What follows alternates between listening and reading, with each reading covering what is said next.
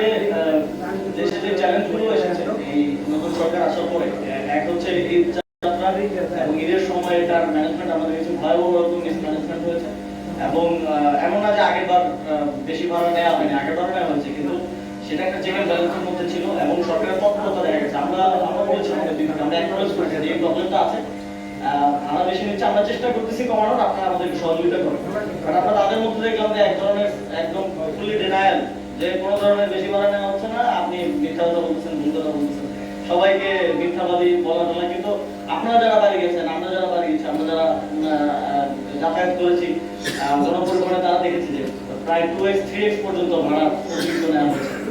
আমরা এই যে এখন যে তেলের সংকট দেখছি, আমি সরকারের থাকা অবস্থায় আমি গভর্নমেন্টের যে পারচেজ কমিটি আছে সেটার মেম্বার ছিলাম, এবং গভর্নমেন্টের পারচেজ কমিটিতে প্রায় প্রতি পারচেজ কমিটিতে দুটো জিনিস কমন থাকতো: তেল এবং গ্যাসের আমদানির অনুমতি নেওয়া, যে এত ব্যারেল তেল, এতটুকু গ্যাস, এটা আমদানির অনুমতি দেওয়া। কারণ যেহেতু টাকাটা ব্যাংকের রিজার্ভ থেকে যায়, ফলে এটা সরকারের একটা অনুমতি লাগে যে কোনো প্রতিষ্ঠান এটা দেশের বাইরে থেকে আমদানি করার ক্ষেত্রে। তো সেখানে সবসময় 2 মাসের অ্যাটলিস্ট পরবর্তীতে অথবা 3 মাস পরে সারের আমদানিটা এইভাবেই হয়, যে 3 মাস পর্যন্ত সারের মজুরটা বা 6 মাস পর্যন্ত সারের মজুরটা সিকিউর করে আমদানির মজুরি অ্যাটলিস্ট 2 মাসের অয়েল রিজার্ভ বাংলাদেশে থাকার কথা। কিন্তু আমরা দেখছি নতুন নতুন ট্যাঙ্কার জাহাজ এখনো আসছে, এবং আমরা দেখেছি যে হরমুজ প্রণালীতে ইরান বাংলাদেশের ভেসেলগুলোকে, ট্যাঙ্কারগুলোকে কিন্তু মেসেজ দিচ্ছে, আসতে দিচ্ছে। তাহলে 1 মাস যেতে না যেতে কেন তেলের সংকটটা হলো? তার মানে নিশ্চয়ই কেউ মজুত করছে, নিশ্চয়ই যে বড় বড় কোম্পানিগুলোকে সরকার আমদানির অনুমতি দেয় তারা এবং তাদের যারা ভেন্ডর আছে তারা মজুত করছে। কিন্তু আপনারা দেখেন যে সরকারের এখন পর্যন্ত এত অভিযান চালানো হয়, কোন বড় প্রতিষ্ঠানের তেলের মজুতে কি এখন পর্যন্ত অভিযান চালানো হয়েছে কিনা, বা সেটা সিজ করে বাজারে উন্মুক্ত করা হয়েছে কিনা, বা তাদেরকে বাধ্য করা হয়েছে কিনা বাজারে তেলটা উন্মুক্ত করার জন্য, বা হয়নি।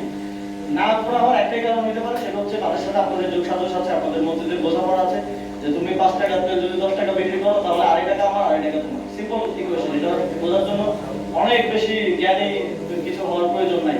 তো এক্ষেত্রে আমাদের মনে হয় সরকারের শুধুমাত্র অব্যবস্থাপনা না, সরকারের এখানে এই যে পুরো সিন্ডিকেটের যে দুর্নীতির যোগসান, সেটার সাথে সরকারের বিভিন্ন অংশের অংশগ্রহণ রয়েছে বলে আমরা মনে করি। এবং তো তারপর স্ট্র্যাটেজি আমাদেরকে সাজিয়ে দিয়েছিল যে কিভাবে ক্ষমতায় থাকা যায়, তাদের সাথে এক ধরনের নেগোসিয়েশন, সমঝোতার ভিত্তিতে। আমরা কিন্তু সেটাতে সায় দিইনি, আমরা সবসময় গণতন্ত্রকেই সামনে রেখেছি, এবং সেটার প্রতি কমিটমেন্ট লাস্ট সরকারের ছিল বলে নির্বাচনটা হয়েছে, এবং আমাদের ছিল বলেই আমরা ইভেন নির্বাচন যেন প্রস্তুবিদ্ধ না হয় সেজন্য নিজেরা আগ বাড়িয়ে পদত্যাগ করে চলে এসেছি। কিন্তু আমরা দেখলাম যে বিগত সরকারের 2 জন গুরুত্বপূর্ণ দায়িত্বে থাকা ব্যক্তি এই সরকারের মন্ত্রী পদমর্যাদায় আছেন, যদিও এই সরকার দলই আমাদের পদত্যাগ সে সময় চেয়েছিল নির্বাচনের লেভেল প্লেইং ফিল্ডের এক ধরনের যুক্তি দাঁড় করিয়ে, কিন্তু তারাই এই ধরনের কার্যক্রম এখন করলো, তারাই আগের সরকারের গুরুত্বপূর্ণ 2 জন দায়িত্বশীলকে তাদের সরকারের মন্ত্রী হিসেবে নিল। তো সুতরাং মানে এটা বোঝা যায় যে তারা এই নির্বাচনের লেভেল প্লেইং ফিল্ডকে আসলে ক্ষতিগ্রস্ত করেছে, এবং বিভিন্ন ক্ষেত্রে তাদের সুবিধা পাওয়ার জন্য এই মানুষগুলো যাদেরকে তারা এখন পুরস্কৃত করে তাদেরকে ব্যবহার করেছে। তো জনগণের সাথে এই রাজনীতি, অপরাজনীতি করার ফলাফলটা হয়তো ভালো হবে না, এবং সেটার জন্য আসলে খুব বেশি আপনারা খুব নেতৃত্বের দরকার হয় না। আমরা দেখেছি জুলাই গণঅভ্যুত্থানের সময় রাজনৈতিক দল হিসেবে নেতৃত্ব দেওয়ার কথা ছিল বিএনপি জামাতের, কিন্তু তারা তো নেতৃত্ব দিতে পারেন নাই, জনগণেরও তাদেরকে প্রয়োজন হয়নি। আমাদের মতো অখ্যাত লোকজনকে বিশ্ববিদ্যালয় ক্যাম্পাস থেকে কিংবা রাজপথ থেকে ধরে এনে মানুষ তাদের নেতৃত্ব বানিয়ে দিয়ে আন্দোলন সফল করে নিয়ে গেছে। তো নেতৃত্বের প্রয়োজন হয় না। আপনি যদি বলেন যে এনসিপি নেতৃত্ব দিতে পারবে না, এনসিপির সাথে লোক নেই, জামাত পারবে না, অমুক দল পারবে না, আমাদেরও দরকার নেই। যখন জাতির প্রয়োজন হবে, যখন আপনারা মানুষের সাথে অপরাজনীতি কন্টিনিউ করতে থাকবেন, তখন মানুষের মধ্যে থেকে নেতৃত্ব উঠে আসবে, এবং মানুষের মধ্যে থেকেই ইতিহাস সবসময় সঠিক পথেই হাঁটে।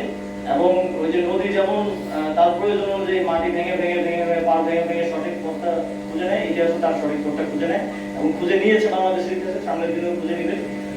জনতার কাতারে ফিরে যেতে হবে এবং জনতাকে সাথে নিয়ে বাংলাদেশের ভবিষ্যৎ নির্ধারণ করতে হবে।